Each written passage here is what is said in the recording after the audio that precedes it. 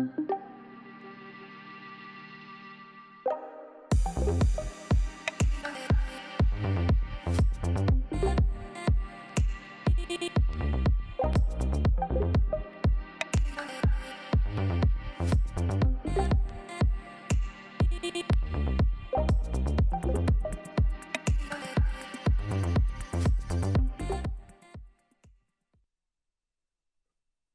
right. Hello, everybody. I'm very excited to be here and be speaking with you to spend the next, let's say 20 minutes. Actually, I'm seeing 19 minutes and a little bit with you on the topic of what makes actually great web shop. So actually, since there's not too much time left in order to discuss such a broad topic of online shop as a whole, and trust me, I could talk forever, like hours and hours. So it's even harder for me to think about what I can put into 19 minutes that actually helps you in the end with the goal to go out of this presentation, have not only inspiration of what you can do with the online shop, but actually have actionable things and ideas you can actually take with you and implement right away. So without further talking, let's jump right into the presentation. And again, I know there's a function of like commenting below here when you watch the live stream. So feel free to drop any questions, anything you find interesting, you want to know more about, just write a comment. And I'm really excited and happy to later on also address those, because in the end, why are we here? We want to learn together something. So that's why, like, feel free. And I'm really, really excited to hear afterwards your questions. All right. So in times like these, it is we all know it's online is becoming more and more important. In times like these, where actually like physical stores have to close down or are at least restricted, we know online shopping is becoming more and more important. But the big question is, what actually makes a great web shop? And that's exactly why we're sitting here, to learn a little bit more about what makes a good web shop. And so instead of like trying to reinvent the entire wheel and start all over again, let's actually look at those stores and learn from those who actually know. So I'm referring right now to those, there are plenty of online shops out there. There are a lot of fashion stores out there. So we don't have to reinvent the wheel, but actually look at those who do and what we can learn from them. And I'm specifically talking about a specific type of brands. I'm referring to the D2C, so-called D2C, so direct to consumer brands, because it's kind of a trend that has been going on throughout the past years, that has been evolving a certain type of retailer online that is called direct consumer brands, that have, instead of selling the products through resellers, they actually do it directly and build up a relationship with the clients. And they've been growing really, really quickly and really successfully throughout the past years online. And looking at them, because I'm working on a daily basis with a lot of those direct consumer brands, I found 7 different characteristics I want to address and go through with you that make actually a really, really good online shop. So these are the 7 points. It's video content and visuals. It's social proof. It's social commerce, storytelling, community building, marketing, and then also flexibility and testing. If throughout the entire presentation, there's one slide I would like you guys to actually take a screenshot or take notes, this is exactly the slide. We'll now be going step by step throughout each of those points and look at exact examples of how different direct consumer brands actually implement those different points. So you get a little bit of better understanding, and you have exactly those ideas you can take with you from the presentation and try to implement on your own store. Or if you're right now in the middle of making an own online shop, then you know what to look for. But before we do that, let's actually take a step back. It's like you might ask yourself, who am I? Why am I talking right now about this specific topic of online shops? Why am I sitting here actually speaking to you through the camera and talking about this specific topic? So let me actually quickly introduce myself for those of you who might not know me. And I think there are quite a number of you who might not know me yet. So I'm really excited. So my name is Adrian Piegsa. I'm Shopify Expert and founder and managing director of the Shopify Expert agency, Tante. Basically what I do, I'm doing online shops for a living. So basically, I'm not doing anything else than from a day-to-day business, build online shops, optimize online shops for a lot of clients with our agency Tante. So you see a couple of brands here you might be familiar with like international brands such as Heineken. Also the band Tokyo Hotel might be also known outside of Germany, and some other brands, a lot of them also in the fashion area. And not only do we actually help other brands to optimize and set up their online stores, but we run also own online stores. So we have 2 online shops, and those experiences from, on the one hand, our day-to-day basis where we help other online brands, plus our own online shops that I really like to share those insights with different people like you on different occasions. I've been speaking at Fashion Tech. I'm speaking today with you, and all this experience from a day-to-day business basis, I want to share now with you in this presentation. So that's why we are here. And so what I'm basically sharing is those insights from a day-to-day business or basis with you. So actually, let's get started. If you remember, the first point of those 7 points I want to go through with you is video content and visuals. So it makes sense, right? So like you're not unlike a physical store where you can actually see, touch, and feel the product. You can actually wear it, try it out, and then decide whether you want to buy the t-shirt or the shorts or whatever. Online, you cannot do that. So you need some other things in order to derive from it, basically, in order to make a decision whether the product is good or maybe not so good or not fitting. So that's why if you look at a lot of those leading online shops and brands, the one thing they all have in common is actually high quality content, high quality visuals. And so here's the examples of Gymshark, for example. For those of you who might not know them, Gymshark is basically, well, it's a sportswear brand. And last year during Black Friday in 2019, they actually sold over 3 million products and pieces on just one weekend. So that's crazy. And it's like kind of the role model and example of leading direct consumer brands. So what they do really well, and you see it here on the product page, they have really high, a lot of visuals and especially the video. So right now the video is frozen, so you cannot see it, but one of those photos is actually not a photo, but a video. So you can see a person walking in and walking out again. It's like a video of 15 seconds, not really super professional. It's just like a person walking in and walking out, but what, it helps you to make a 360-degree opinion on how it looks actually when you wear the pants, for example. So that's one of the big important things. Try to, if wherever possible, try to implement video. So there are a couple of learnings we took from our daily basis regarding video. One of them is 15 seconds. It doesn't have to be super fancy. It doesn't have to be super big, but like actually 15 seconds is totally fine. You can even shoot it with your cell phone. So it doesn't have to be this like super high-tech camera, let's so to say, but it's totally fine if you can actually do it with your cell phone. So if you're at a photo shoot, you can just take your cell phone and actually also take one shot of the video with like of 15 seconds, a person walking in and walking out, and it's totally fine. Because what we realized is almost any video content is better than no video content. So it's really good to actually have that in.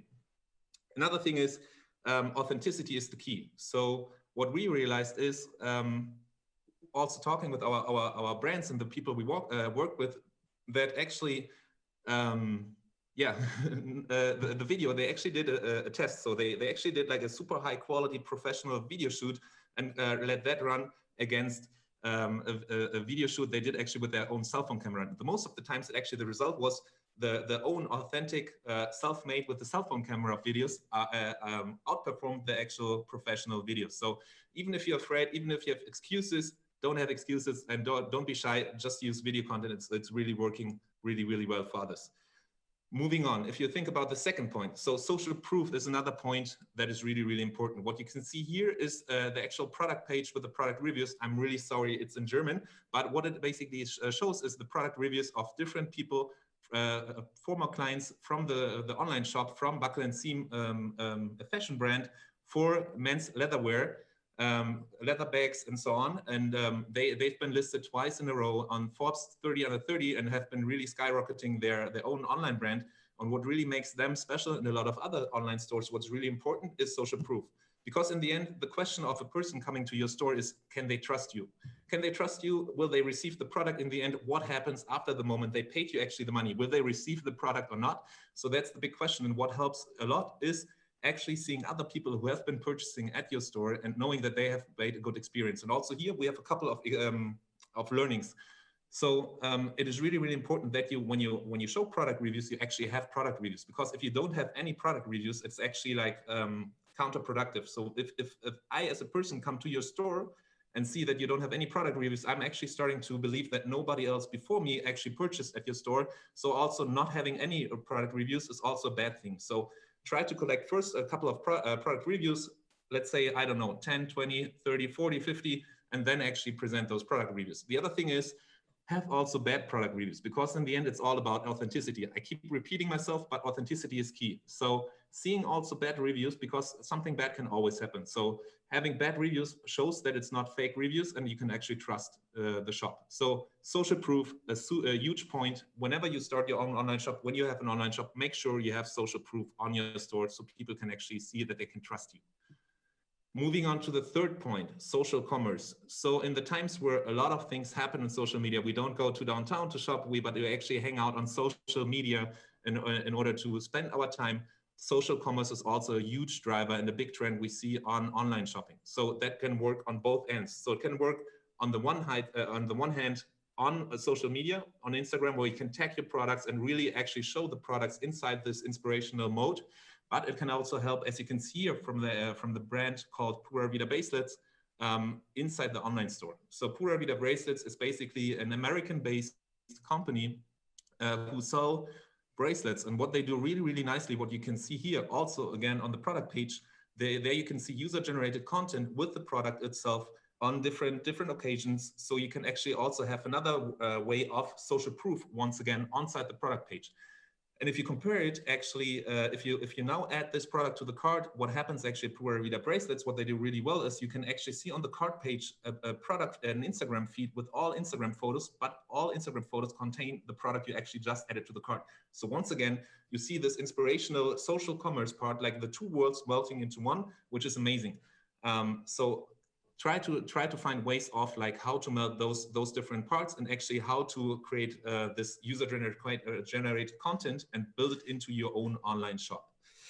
Moving on to the next part, I'm a little bit rushing through, but again, I said it's we have only limited amount of time. So actually, let's have a look at the next point. So it's storytelling. In the end, people buy from people. I know you probably have heard this point as well, but it's all about the story. People want to identify themselves with you. The product they purchase, especially in fashion, it's all about what the product actually represents and how they can fit into the lifestyle. So it's so important for a lot of people on what your brand is actually about, what story you can tell, why you started actually selling selling those products, what makes you special as a company, and what you stand for. So presenting those values, this belief, and the motivation behind the story and the brand is so important, and also so important to showcase on your store. What you can see here is actually the brand Allbirds, and it's also once again an American-based company. They sell shoes made out of special material, and so they showcase the reason why they started actually the company. They present also the reason why they use this specific material, and they do all this storytelling about this brand and the products. And it's not only about on the About Us page, but if you look actually at this store, this German-based one called Sober, it's cosmetics, natural cosmetics based in Berlin. They also do the storytelling not only on the About Us page, but they do it also on the product page. So here on the product page, you can actually see the materials and the ingredients that particular product, the cream, has, and why it is in the product. So you can see actually every transparent ingredient which is in there, and it has also explanation on why this ingredient is there and what makes the product special about it. So also here, so storytelling, tell you why, what's the value, what's the story behind it, what makes your product special, what makes your brand special, why people should buy from you, and show it on the About Us page, show it on the product page. Moving on, next point, number 5 out of 7. So one really huge thing is also community building. We talked about, it's all about authenticity, it's all about personality. And it's not about a transaction anymore. It's not that I want to purchase a product and I give you the money and you give me the product, but it's all about this special feeling. It's about belonging to something bigger than actually the product, about a brand. I want to be part of a group. So a lot of direct consumer brands, what they do is they create this community alongside them. They build some sort of tribe. So as we mentioned, you as a brand, you stand for a certain value, you stand for and you represent certain opinions, and this you share with your audience. So the example you can see here is also a German-based company called Ouya. They basically started bringing a period underwear to Germany, and that they did not only by selling the product, but actually they positioned themselves as a female empowerment brand. So they don't only sell products, but by selling products, they empower other women in order to do so the same. What they do in order to drive the community building aspect and the feeling of community, on the one hand, the two founders you can see there in one of the photos, Kati and Christina, they actually share on a daily basis Instagram videos and stories of showing behind the scenes of like how does the day-to-day business look like behind the scenes in the office of Ouya. At the same time, they also use models that are from the own community. So the people you can see there, they are not maybe they don't have the perfect body, but actually people can relate to them and they can identify themselves with them. And also another thing is, as I mentioned, they are this female empowerment brand. So they don't only post about the products, but they post relevant topics that are related to the topics that are important for the audience. That makes also the people feel they belong to something where people share the common beliefs and values. So this is really a huge one, actually, like all of the leading direct consumer brands have in common. Moving to point number 6. So it's all about marketing. So what is an online shop worth if you don't sell anything, if you don't have people coming to your online store? So marketing is so important. I have here 3 examples for marketing I want to share with you. And one of them is actually marketing drops. So you might have heard from the concept.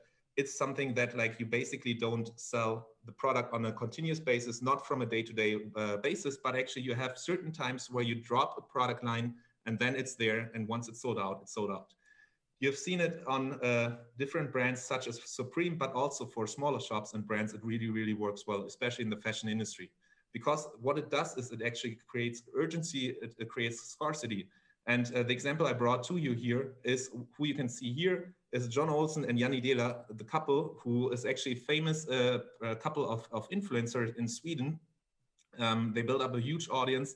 And what they do is basically, if you visit their store, they launch an own fashion brand. And if you go to the fashion brand C'est Normal, which is their brand, it's quite boring because once you get to the online shop, it's closed. So it's really like in the physical world, you go to an online shop, you expect it to be open 24/7, but actually it's closed.